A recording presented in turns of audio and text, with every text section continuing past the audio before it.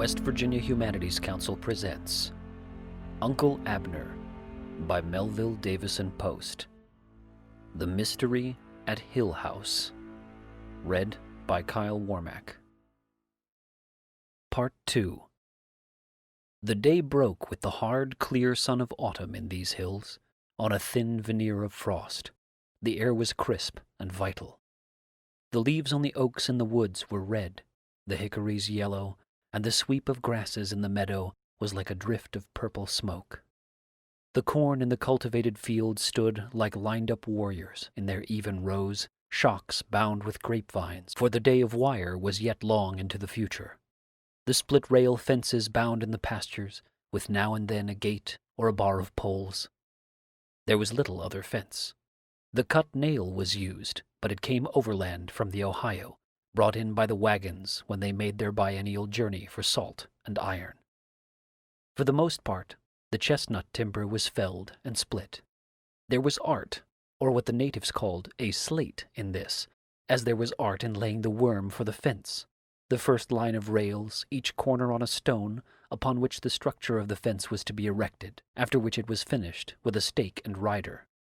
The great pastures running to the crest of the mountains were all enclosed with this fence. The haystacks standing in the meadows had a foundation of these rails for a base. They were enclosed by a like fence with a high rider to hold out the bullock until the heavy snows came. Abner was out early on his horse.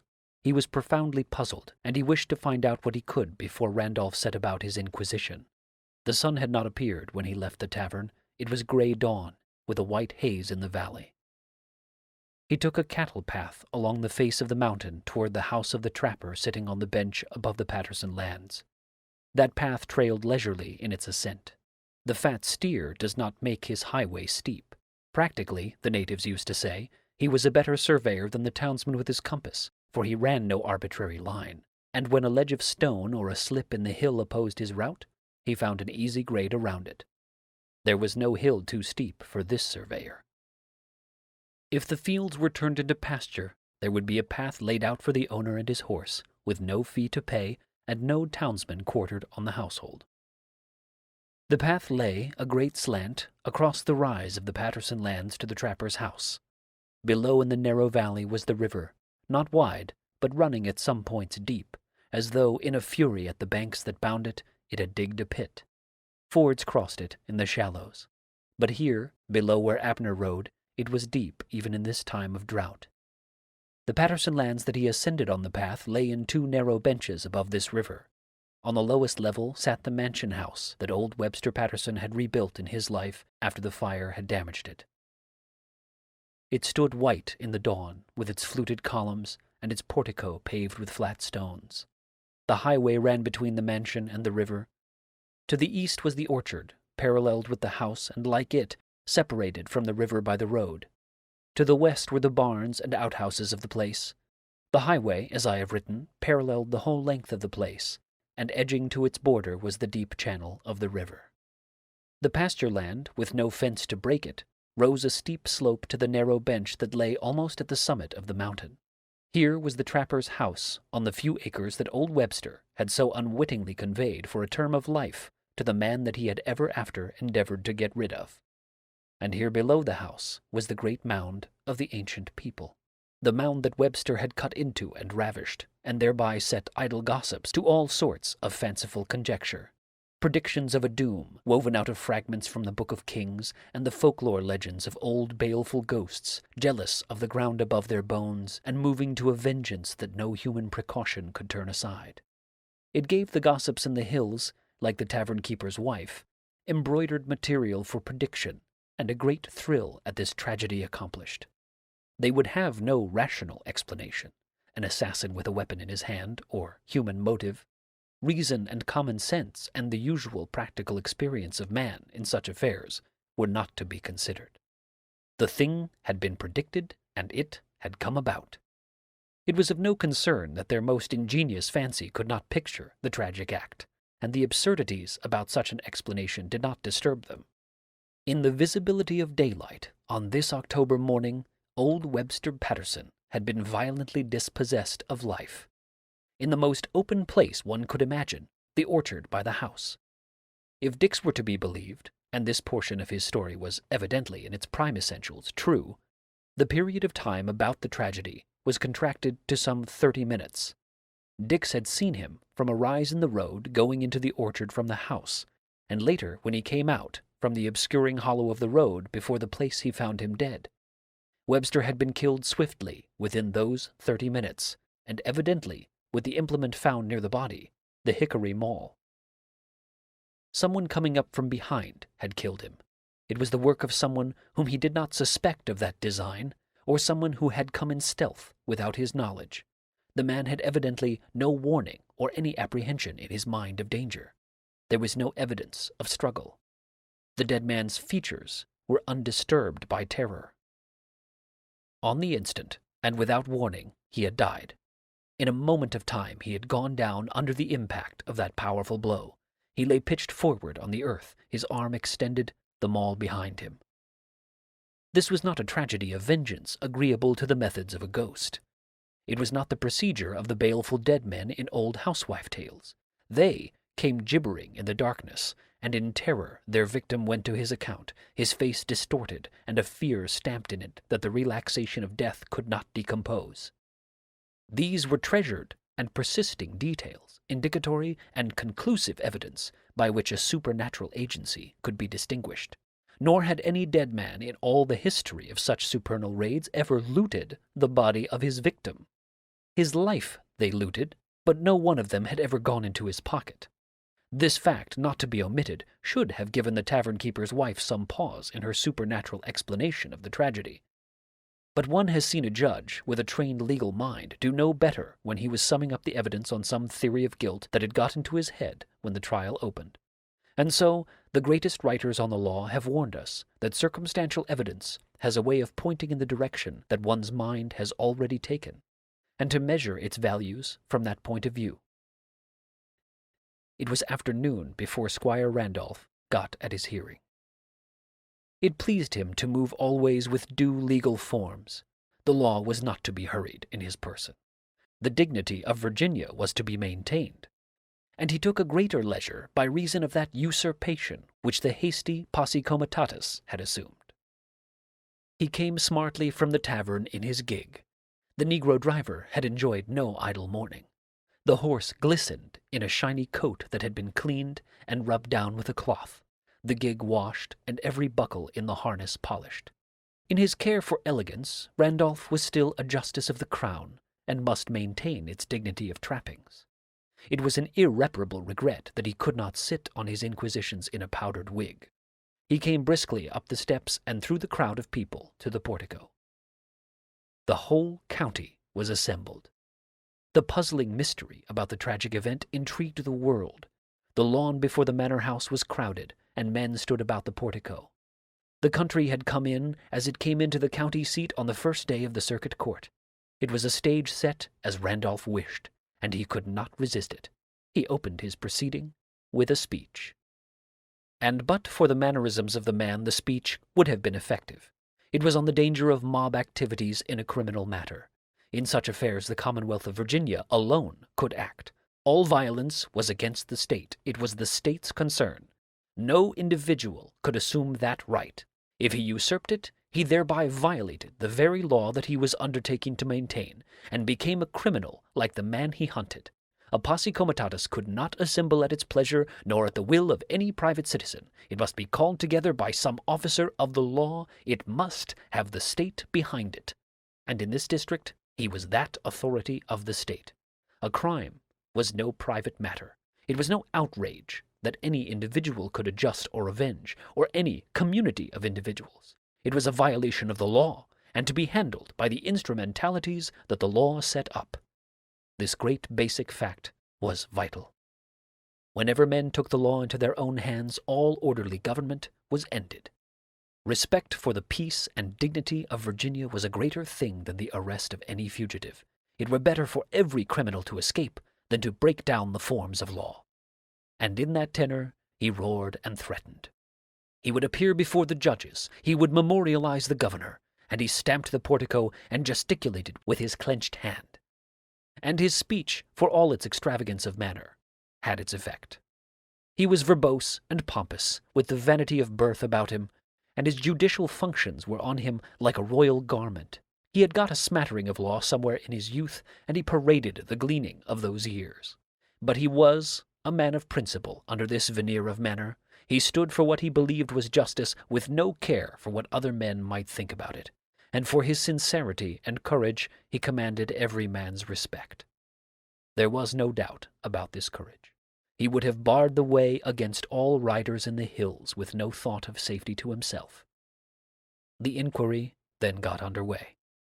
A table had been placed on the portico, and Randolph sat down behind it. He sat like a king's governor, as though on this autumn afternoon, before him alone, the whole matter of this mysterious murder was to be heard and ended.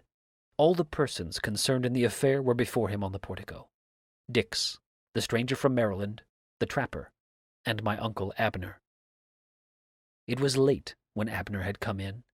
He had ridden down from the ridge of the mountains on one of the descending cattle paths, and he had gone carefully over the orchard where the deed of violence had been accomplished.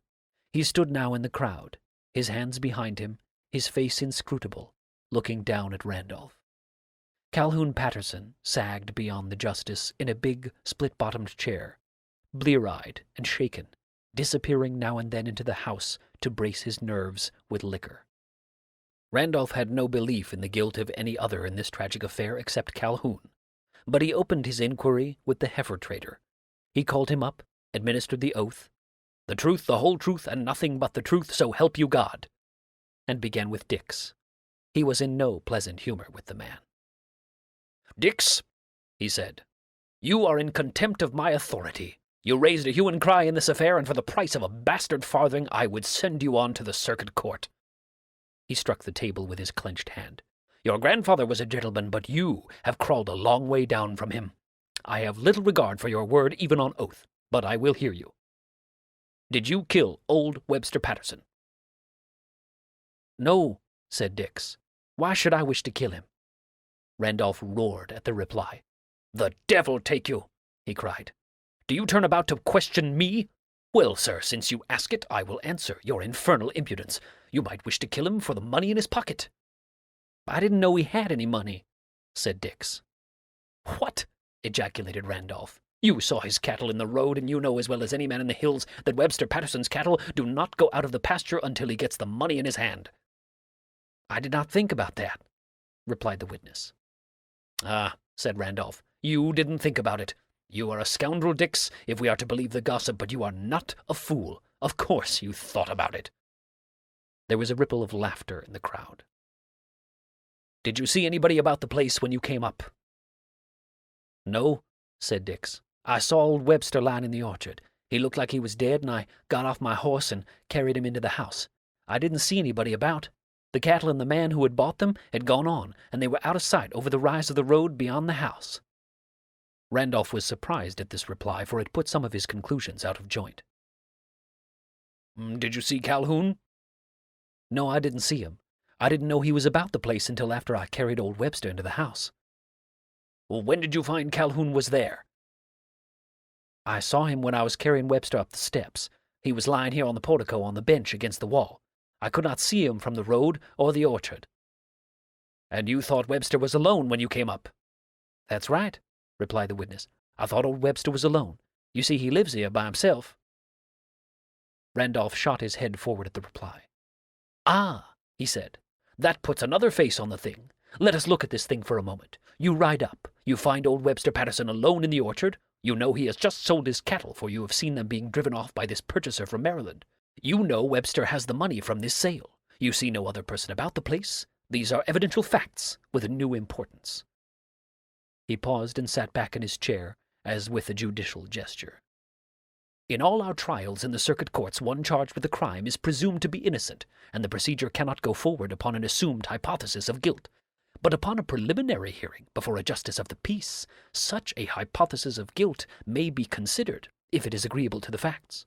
This is permissible upon the theory that the finding of the justice is not conclusive, and undertakes to fix neither the guilt nor the innocence of the accused.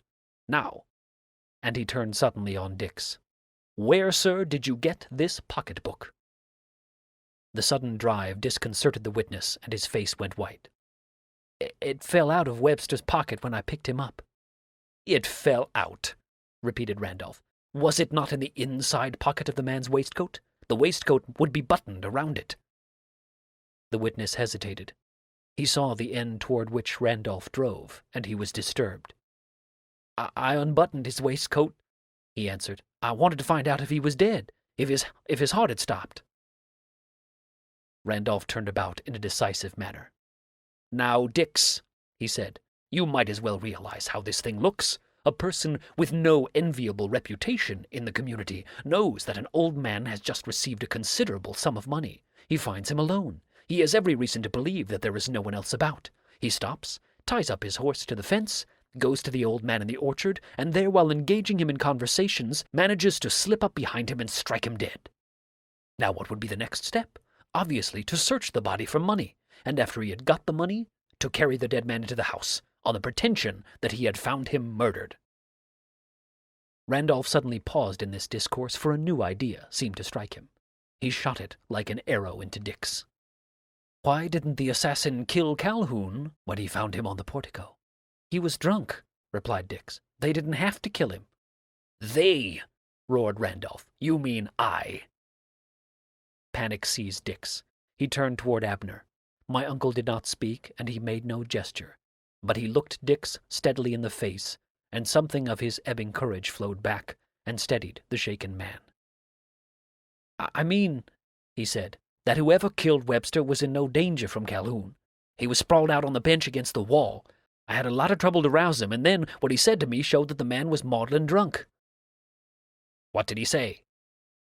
Well, the witness continued, he cursed when I tried to rouse him and muttered and went on.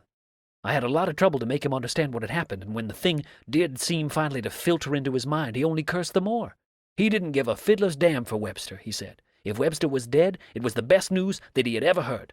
Let the devil keep him. And then he asked me if I had a bottle with me. He wanted another drink of liquor. Abner had turned about, and his steady gaze held Dix together. The man went on with some measure of control. I shook him and tried to get him up, but he only cursed on at me. He had always intended to kill Webster, he said. He had ridden over this day to kill him. If Webster was dead, what more did anybody want? Webster had robbed him of his father's lands by a trick of words in the will, and did I know about the trick? He made some drunken gestures. He said that Webster was the damnedest scoundrel in the world. He robbed everybody. He even robbed the dead. The flat stones of the portico where we stood had been stolen from the grave mound of the ancient people on the mountain. Did I know about the violation of that sepulchre, and how Webster's dying mother had warned him? And then he began to cry. To cry, said Randolph. Yes, replied Dix. He began to cry. From distress at his brother's death? No, said Dix. It was because I had troubled him about it. It was because I came in to disturb him. So you found old Calhoun maudlin drunk? Well, Squire, Dix answered, he was either awful drunk or he was shamming it. Randolph received that reply with his former ejaculation. Ah, he said, drunk or pretending to be drunk. But he reserved the point, as a lawyer takes an exception in a trial, and turned back to the salient feature of his inquiry. What did you do then? Dix was looking at my uncle, as though to keep his courage up. Abner knows what I did. I spread the news of the murder, picked up all the people I could find at hand, and started after the stranger who had bought the cattle. You see, if the man once crossed the line into Maryland, we could not bring him back. The law of Virginia don't run over the line. And it doesn't seem to run here either, thundered Randolph. Why didn't you send for me? The witness's voice became apologetic. There was no time, Squire, he continued. We had to get the man back before he crossed the line. We were after him when Abner stopped us. Randolph shot in a comment with a gesture of his clenched hand to make it vivid. And it was a piece of blessed luck for you, he snapped. If you had gone on, I would have carted the whole bevy of you to the penitentiary. It was God's providence that you met with Abner. The man's head went down and his voice stuttered a little in his sentence. We didn't think about that until Abner explained it to us. You see, Squire, everything pointed toward this man. That's the way it looked to me, and that's the way it looked to everybody else. Except Abner, said Randolph. The man wavered. I don't know about Abner, He stopped us and he turned the thing on me with the twist of a word, and it scared me. I own up to it. I don't know what Abner thinks." "But you know what he said." "Yes, he said that courage was the greatest thing in the world, and to come back and face the law. And here I am." The crowd about the portico turned toward my uncle, but he remained silent, and Randolph went on with his interrogation. "So, Abner broke up your little party, eh?" "Well, Squire," continued Dix, "he made the thing look first one way and then the other, and he promised the men to bring this stranger back himself." He stopped and looked over the crowd, and some steps behind my uncle he marked the big-shouldered man from Maryland. "There he is," he said. Everybody turned to look, but the stranger was not disturbed by the scrutiny. He stood with his great shoulders thrown forward and his arms folded across his chest, as though he disregarded and defied the world. But like my uncle, he was silent, and for the moment Randolph did not address him. He returned to Dix. "How was Abner to bring him back? He had no more authority than your illegal posse to send out a warrant." "He sent me on with a message." "What sort of message?" "Well, Squire," said Dix, "it didn't seem like much of a message. He said to tell the man what had happened, and to ask him to come back to your hearing, and to add that he didn't seem to be a coward." Randolph moved the papers before him, idly on the table. He saw what a man like Dix could never see, the virtue in the last words of that message, the challenge to one's manhood in it, the compelling force of it beyond any mere legal writ. No man of courage could go on after such a message to him. And the consideration moved Randolph's suspicion closer up to Dix. He put it into his question. "What made you so certain that this stranger had killed Webster Patterson?" Dix shifted his body from one foot to the other. "Everything looked that way, as I told you a while ago," he began in a low, uneven voice. "I had seen the cattle in the road and the old man going into the orchard, and then when I finally came up I found him murdered and robbed. It must have been done while I was coming up. There wasn't much time, not more than half an hour at the furthest. Nobody else could have come in, or I would have seen him. Besides, it looked like the work of a big man. Webster was killed with the maul, for it lay there behind him, a big hickory maul with an iron band around it. The back of his head was crushed in. It was a terrific blow. And besides, the body was robbed. That would be the man's motive, of course. I thought he had paid Webster for the cattle, and then followed him out into the orchard, killed him, and taken the money back." "That made a case against the stranger," said Randolph. "Yes." Randolph struck the table suddenly with his open hand. "Well," he said, "does it not make a better case against you?" He drove on after his manner with the thing he had in mind. "Listen to me, if you please. You knew that the cattle had been sold, for you saw them being driven away. You knew that Webster Patterson had received the money, for you knew the rigid rule from which he never departed, to get the cash in his hand. You knew he lived alone, and so there would be no servants and no farmhands about. And you had further a weighty and significant advantage over the cattle buyer. You would have at hand, convenient and designated, another person who could be accused of the crime. Here in time, place, opportunity, conduct, and motive was another upon whom the onus of the murder could be placed. Does it not," and he thundered the concluding words at Dix, "does it not, sir, make a better case for the grand jury against you?" The man's face went slack. Panic seized him. He saw again what he had seen when Abner stopped him in the road. He did not reply, and Randolph continued. "And what does the looting of the body prove? Does your explanation exclude this hypothesis? Is it not equally agreeable to a theory of your guilt? The money for the cattle was in old Webster's pocket when he went into the orchard, and it was gone when you carried the body back." It was at this point that the big stranger from Maryland suddenly interrupted the proceeding. "You are mistaken, sir," he said, addressing Randolph. "The money was not in Webster Patterson's pocket when he went into the orchard." The words were like an explosive cartridge dropped onto the portico among the people. Everybody turned in amazement toward the speaker. Randolph turned on him, but he remained undisturbed. The first query of the justice was not the one that had occurred to anybody else. "Why are you concerned to clear Dix?" "The devil can take Dix," replied the man. "It's the truth I'm after." "And it's the truth I'm after," continued Randolph. "But if Dix goes free, the suspicion for this murder moves up to you." "Let it move where it pleases," replied the man, for he was undisturbed. "That's the truth about it." The defiance in the stranger hardened Randolph. "Then you didn't, in fact, pay Webster Patterson for the cattle?" "Yes, I paid him." "In money?" "Yes." "How much money?" "I bought the cattle by the head," the man replied. "There were 60 steers. I paid him $3,000. "Where was Webster Patterson when you paid him?" "He was in the kitchen. I looked at the cattle early. Patterson was with me. He rode over the pasture, and I walked. After I bought the cattle, we turned them into the road. I left my dogs to hold them and came around by the barn to the kitchen to give the man his money." Randolph interrupted with a collateral question. "Did you see Calhoun Patterson or anyone else about the place?" "No," replied the man. "There was nobody around that I saw, but I didn't go to the front of the house. I was not on this portico." Randolph came then to the vital point. "Do you know where the money is?" "No," replied the man. "I don't know where it is." There was a common movement of surprise about the crowd. "What?" cried Randolph. "You don't know where it is after all this talk?" But the stranger was not to be jostled out of his equanimity. "How could I know where the money is?" he went on. "This man here," and he turned toward Abner, "sent me word last night that Webster Patterson had been killed and robbed, and asked me to come back to the hearing and tell what I knew about it. I didn't kill him and rob him, so I don't know where the money is.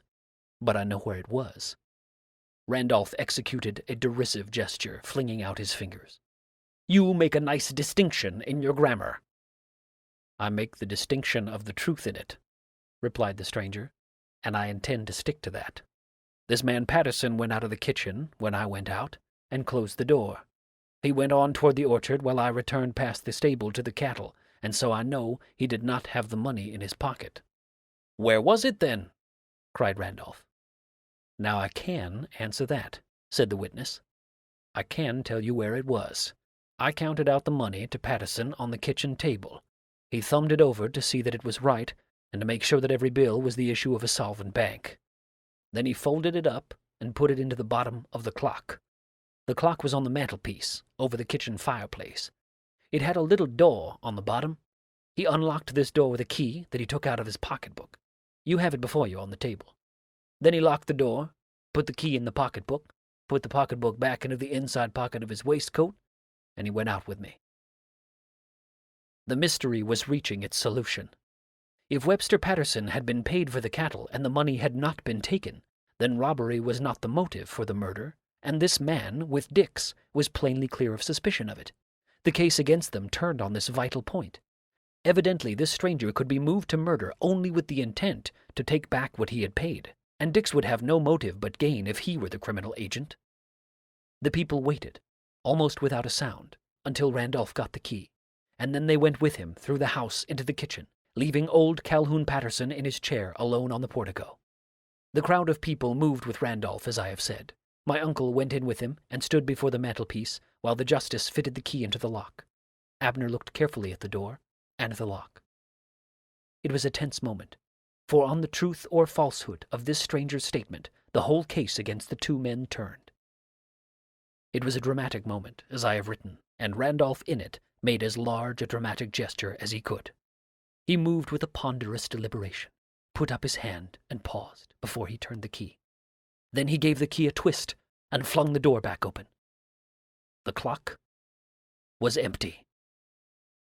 He stood an instant unmoving while the tense interest ebbed, and then he turned away with an oath.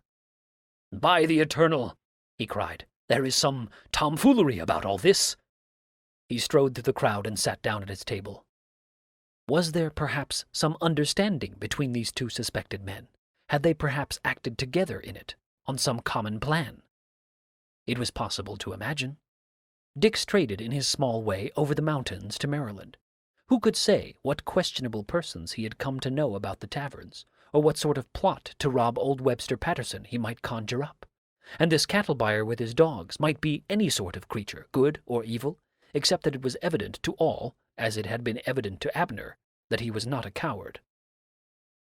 These reflections were evident to the people in attendance on the hearing as they were evident to Randolph. But one thing disturbed him.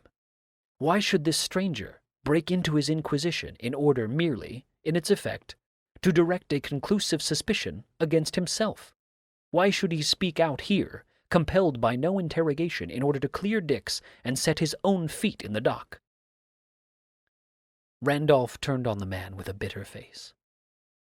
"I understand now," he said. "Your nice discrimination is the is and was. You knew where the money was, but you have no idea where it is. Well, sir, I am beginning to have a very definite idea where it is. This thing begins to look like your work. Dix may be right. His illegal posse may have been on the right track." He glared over the people at the man. "I have a notion," he roared, "to close this hearing, release Dix, and hold you for the grand jury. You killed old Webster Patterson." He shot his accusing finger at the man like a threatening weapon. He did not believe what he said. He had another theory. The people took it for his judicial sentence, and one among these people, who looked on, was troubled and overcome by it. He stood beside Abner as in the shadow of a great rock. Courage was not a gift from God in him, and it was with a great effort that he spoke. But he did speak, and his words brought every man on the portico facing about to hear him. "He didn't kill him," he said. Randolph turned heavily in the chair. "What?" The menace in his voice seemed to swing like a moved weapon toward the speaker. But the little trapper near my uncle did not go on. He stood with a white face, his finger pointed toward the stranger as though those words exhausted in him the conquest of his fear. He had come down from the summit of the mountain after Abner, and he had stood about silent while the inquiry advanced, always near my uncle, as though that dominant figure kept up the spirit in him.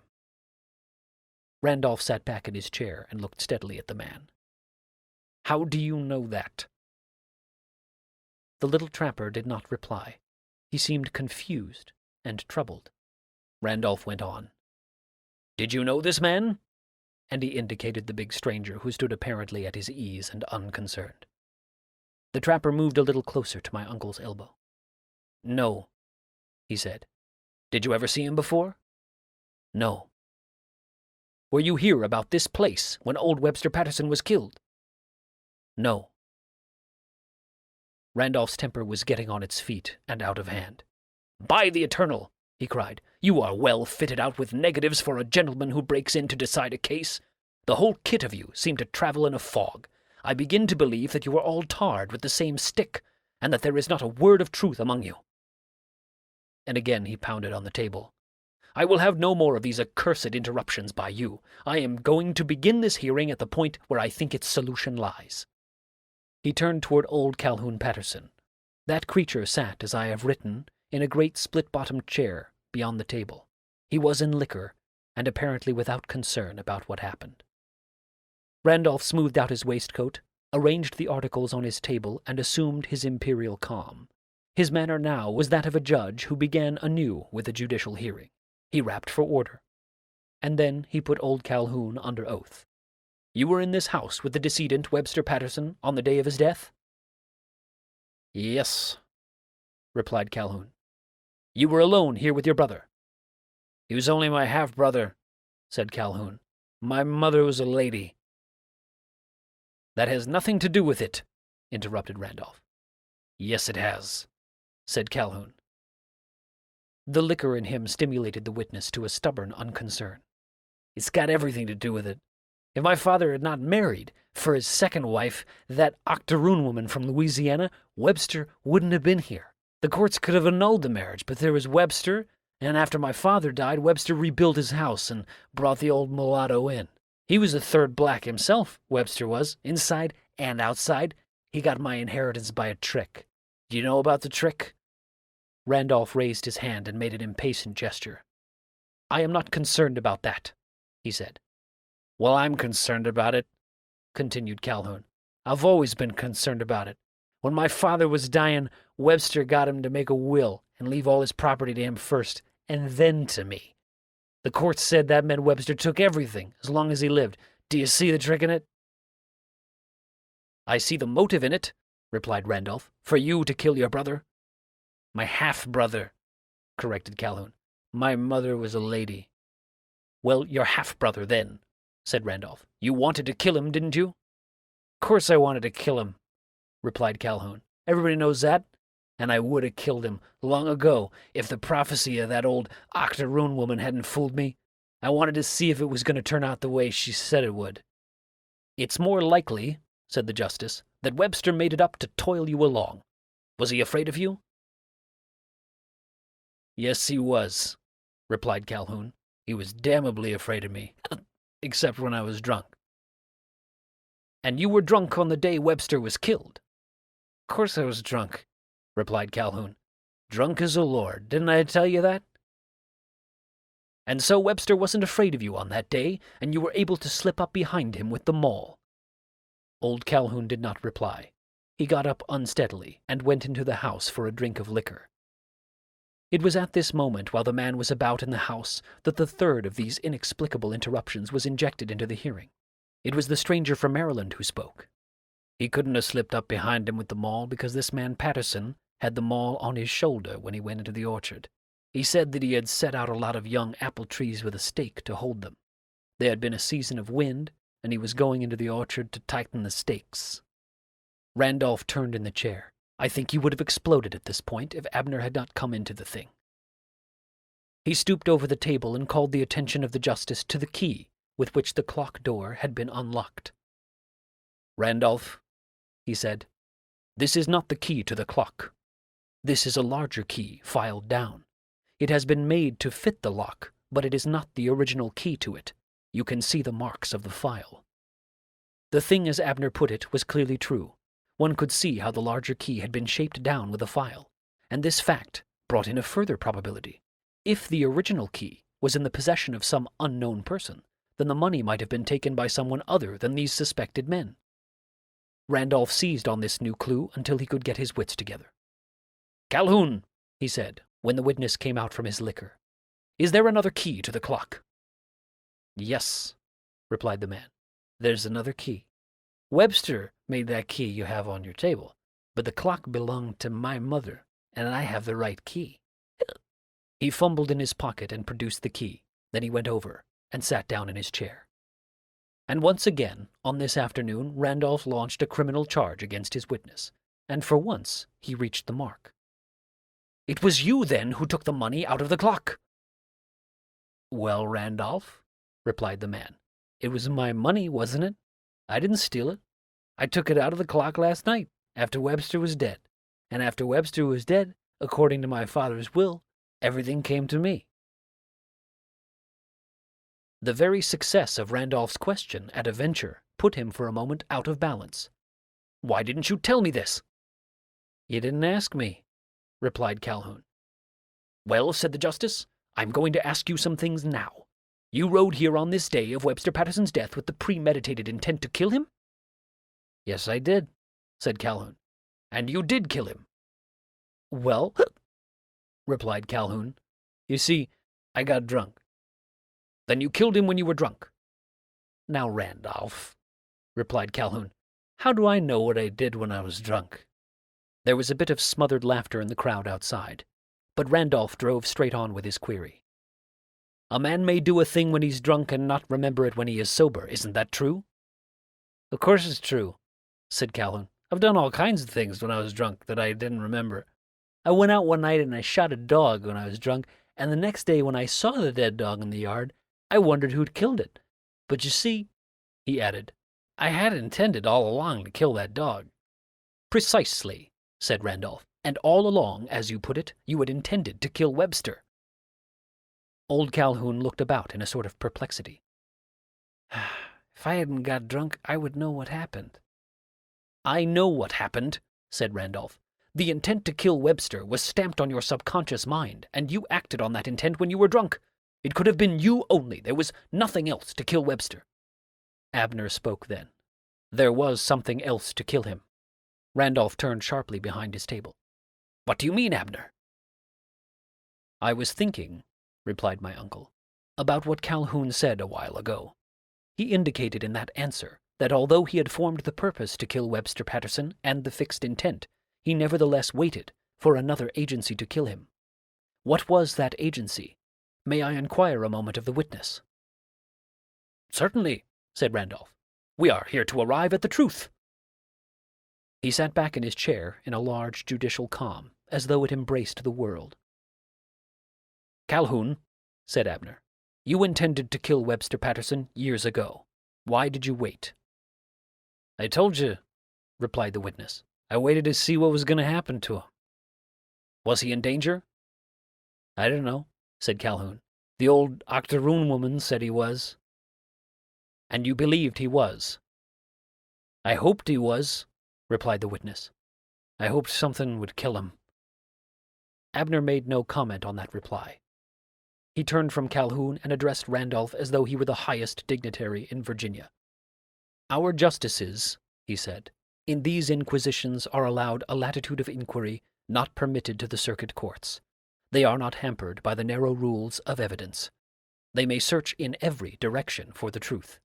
It is a wise and complimentary provision of our law, for it will permit us here to go into a collateral matter that a more technical tribunal, concerned with the limitations of procedure, might deny us." The vague irony in the manner and the stilted language were lost on Randolph. He saw only the tribute to the patriarchal conception of his office, and he visibly expanded with the subtle praise. Abner turned back to the witness, and with a deft query drew out the substance of the thing upon which Calhoun Patterson had depended. It was, in brief, the legend on which the tavern-keeper's wife had based her story.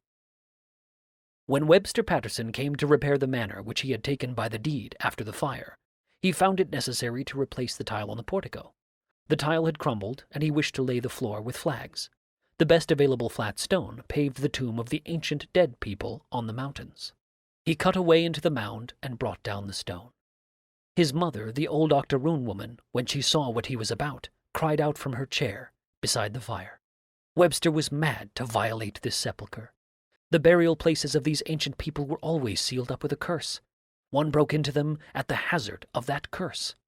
A doom would follow. Death, unforeseen, awful, and violent, would overtake him. He was as good as dead. And she kneaded her thin yellow hands and wailed in her padded chair beside the fire. She was old, paralytic, at the end of life, and no persuasive argument could silence her. Her mother, her grandmother, could see far when they were dying, and she could see. But Webster went on disregarding what he called a superstition, and the old woman finally fell silent. A little later, she went out of life. And as she died, she cried out that she saw a huge devil issue from the violated tomb, leap down in great bounds as on an iron hoof, slay Webster with a single blow, and disappear out of sight and hearing under the water of the river. The legend was vaguely known to the crowd and about the portico, and with time it had been colored and confused, but it accurately remained in the memory of Calhoun Patterson. It was clear how the half-drunken witness depended on the thing as an agency of vengeance in his behalf, for he repeated it precisely to the word. The justice of the peace interrupted. He ignored the witness and addressed my uncle. "I'm afraid, Abner," he said, "that a theory of defense here cannot be built up around old wives' tales. A curse cannot call down a destroying agency out of the supernatural." My uncle seemed to regard the justice as a man in wonder. "Randolph," he said in his deep, level voice, "you are a deacon in the church and say things like that. The scriptures are crowded with examples. Have you forgotten the fire from heaven that destroyed the priests of Baal?" "But the miracle," said Randolph, "was at the invocation of a prophet. Destroying demons do not issue out of tombs." "And again," replied my uncle, "you forget the scriptures. The demon in the country of the Gadarenes, according to St. Mark, not only came out of the tombs, but he was so terrible that no chain could bind him." His voice moved into a firmer note. "The blow that killed Webster Patterson was terrific.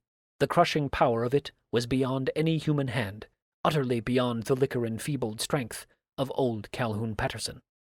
Only a demon from a tomb, only a demon like that one in the Gospel of St. Mark, with the Samson strength to pluck chains asunder, could have dealt it. Come with me, Randolph, and I will show you the evidence of that destroying agency. I will show you the very marks of the baked earth where this avenging thing from the tomb of the ancient people on the mountain landed, as with an iron hoof, as it leapt down on old Webster Patterson. There was a commanding dignity in my uncle's voice, and a sort of vague fear fell on the folk about the portico. They went into the orchard, the justice, my Uncle Abner, and the crowd of people from the countryside. A stake indicated the point at which the body had been found. There was no mark about the vicinity of this stake, but some dozen paces farther up, in a direct line toward the mountain, the baked earth was ripped as with the horn of an anvil, and on a line with this, 10 paces below the dead man, where the orchard touched the road above the river, it was thus ripped again. "Look, Randolph," cried my uncle, "how this avenging agency from the violated tomb landed on its awful hoof, smote Webster Patterson from the air as it winged over him, landed again at this point below, and with a final leap that no human creature could have equaled, passed out of sight and hearing into the great bosom of the river. Shall you say, sir, that the old octoroon woman dying by the fire did not foresee in every detail the mysterious avenging agency that ejected Webster Patterson out of life?" And for once the awe of something beyond all human knowledge put the imperious manner of Randolph out of court. In the presence of it, he was simple and direct. He dismissed his wits, exonerated the suspected persons, and arose. He made no comment. But on the way to his gig, he took my uncle by the arm and walked apart with him. "Abner," he said, "what is the meaning of this mysterious thing?" "I will tell you the facts," replied my uncle, "and you can interpret the meaning as you please. When old Webster Patterson ravaged the burial mound, he left one of the flat stones set up over the opening to the tomb. The little trapper on the morning of the tragedy moved it, from curiosity, in order to look in. The stone slipped out of his hands, rolled down the slope of the meadow, gaining momentum on the way. It passed over the bench of the mountain, down the long, steep incline of the pasture, behind the orchard, struck Webster Patterson, and plunged into the river." Randolph made a great gesture. "An accident!" he cried. "It was an accident!" "Now that," replied my Uncle Abner, "will depend on how you are willing to regard it. It is a world of mystery." And so it came about that because the land possessed one man of sound common sense, with the ability to put courage into wavering persons, and the force to compel them to face the thing they feared, 4 men, innocent of murder, were set free, and the mystery of an inexplicable death was cleared up.